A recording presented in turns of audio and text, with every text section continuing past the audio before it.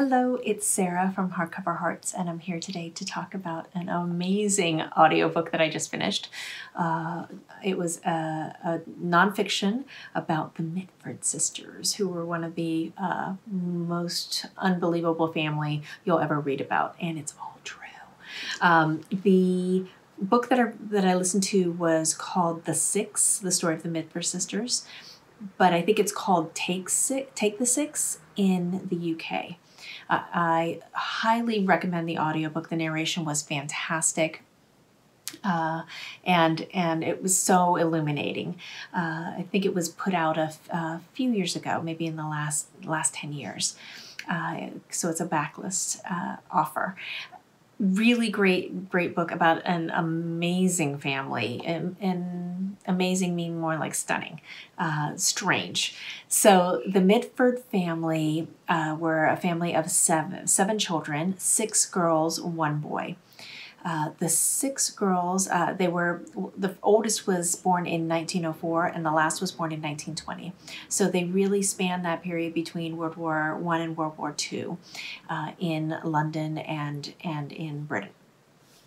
They were part of the aristocracy, and they were kind of left on their own to do their own schooling. They were a very, very strange upbringing. The mother seemed very distant, not engaged with them. The father was very irascible, like really prone to these dramatic outbursts, and a very, very interesting family. And the children bonded together very, very closely. What ended up happening with the family, and the reason the Mitford Sisters are so well known and so bizarrely followed, is because this is how they landed. Nancy became a writer, famous writer. We'll talk more about her later. Pamela was known as the quiet one. She kind of escaped got under the wing of everything. Diana, the next in line, became a fascist. Unity Valkyrie, that was her name, Unity Valkyrie, became a Nazi. Jessica became a communist, and Deborah became the Duchess of Devonshire. What? So let's break it down a little bit. So Nancy is my entree into this Mitford Sisters world. She was a writer. She wrote The Pursuit of Love, and that's kind of her most well known, and a few other books. So I have 6 here. I have Christmas Pudding, Wigs on the Green, The Blessing, Don't Tell Alfred, and Love in a Cold Climate. I think the most well-known are The Pursuit of Love, Love in a Cold Climate, and Christmas Pudding. She also is very well known for having worked at Haywood Hills, which is a wonderful bookstore that's known to be the bookshop of the Queen. In London, I went there when I was last in London and found it to be quite interesting. Really small little shop, but very quaint. And I swear, a guy who looked like Sherlock Holmes walked in with the cap and the cape and everything. It was quite amusing. So Nancy, we have a lot of the record of her family and kind of fictionalized versions in a lot of her books, and so you get a little insight in there. Pamela, we don't know a lot about, so we'll kind of skip over her. She was the second born from 1907 to 1994. Diana, ooh, this one, she was known as a raging beauty, just stunning, something that would drop you, her beauty would drop you to your knees. And she married a Guinness of the Guinness fortune, who was supposedly just absolutely besotted with her, so in love with her, so much so that he was kind of annoying. So she had all the wealth, and that was great, but she was very bored. She met Sir Oswald Mosley, who was the leader of the British fascists, and fell in love with him, and they had this torrid affair. He was cheating on his wife. He cheated on his wife with everyone, but really, Diana really came under his grip, and they ended up getting married after they both divorced their partners. got married at Joseph Goebbels' home with Adolf Hitler as a guest. So she's a character, really kind of your typical of like beauty and evil all in one. Interestingly, her granddaughter is Lulu Guinness, who I find fascinating. She's a fashionista and kind of lives this odd, eclectic, aristocratic lifestyle, and was BFFs with Alexander McQueen. So she's an interesting one to look into too. Diana was jailed for 4 years after the war because of her connection with Hitler in Germany. Really, really interesting, and she never regretted it, and she went to her grave owning her role and never denouncing fascism. The next one, Unity Valkyrie. Ooh. So there's questions about the mental stability of Unity Valkyrie. I think that she was really doomed with a name like Unity Valkyrie. She was born in 1914 and lived until 1948. They're saying that she idolized Diana, and she was kind of maybe influenced by Diana's relationship with a very political man, that she wanted something like that herself. And so she became a fangirl for Hitler. She would go off to Berlin and she would try to find out where he was eating and where he would be, and she would try to hang out with him and try to catch his eye. And because she had money and she came from the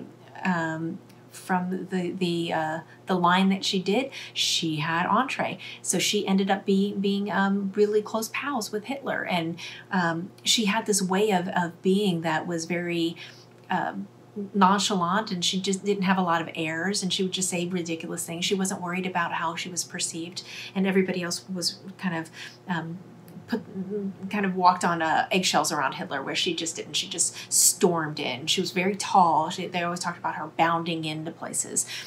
So she became a fan of Hitler and would bring her family over, members of her family, her mother and Diana, obviously introduced them to the family and her father.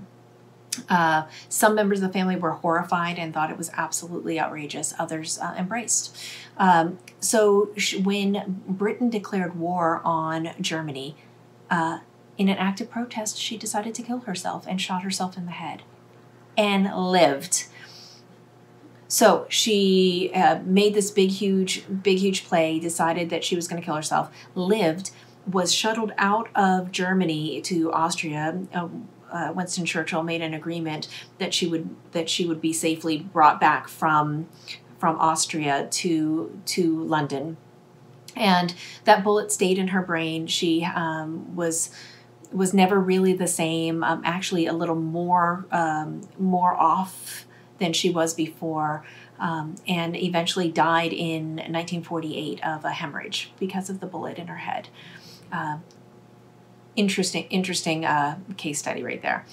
The next one was Jessica. Jessica might be one of my favorites other than Nancy. Jessica was born in 1917, died in 1996, and she's the one who escaped the family. So she's our heroine, in my opinion.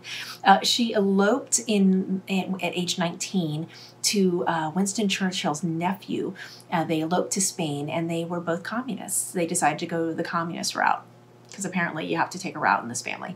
And they ended up moving to the United States, and they lived in Oakland. I live in the Bay Area, so that was a really, really exciting thing to find out that there was this connection. So she ended up she wrote 2 books, one called Hans and Rebels in 1960, and the other was about the American funereal system, and it was called The American Way of Death. She wrote that in 1963. She also was a writer. She was a journalist. She became very, very close friends with Maya Angelou and was very engaged in the civil rights movement. So really, really interesting character. And kind of, like I said, the one that escaped. And then the last one is Deborah. And Deborah became the Duchess of Devonshire.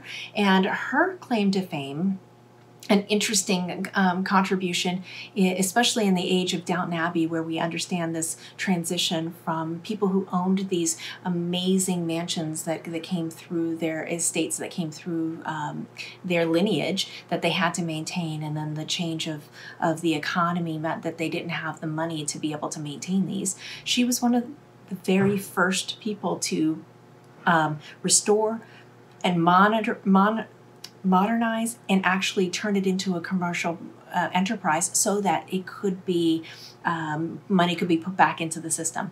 And so she kind of developed that whole model, and she died in 2014. So that's the Duchess of Devonshire. So, really fascinating family, really great book. The next one thing I'm going to read, I'm going to try to go through more of the Nancy Mitford books. I've read Pursuit of Love, thought it was fabulous, so I'm looking forward to reading more of that. But I hear the Mitford Sister letters. There's a book about their letters that is supposed to be just ripping. Because these women had this very erudite way of speaking with each other, and they were very...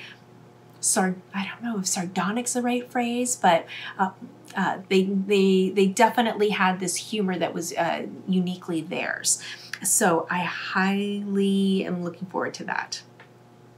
Anyway, that's it for me. Thanks for watching. Bye.